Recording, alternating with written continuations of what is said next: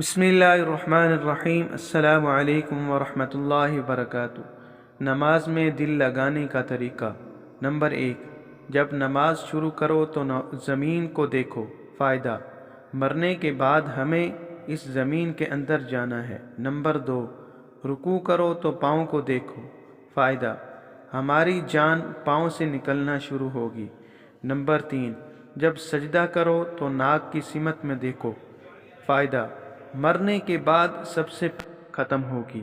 Number 4، اور جب بیٹھ جاؤ تو نظریں جولی میں ہونی چاہیے۔ فائدہ: ہمیں خالی جولی دنیا سے جانا ہے۔ یہ سب کو بتاؤ، کیا پتہ آپ کی وجہ سے کسی کی نماز درست ہو جائے۔ اللہ تعالیٰ سے دعا ہے کہ اللہ تعالیٰ ہم سب کو سچا پکا نمازی مسلمان بنائے۔ مزید اچھی معلومات کے لیے ہمارا چینل ضرور سبسکرائب کریں۔ شکریہ۔ السلام علیکم ورحمۃ اللہ وبرکاتہ۔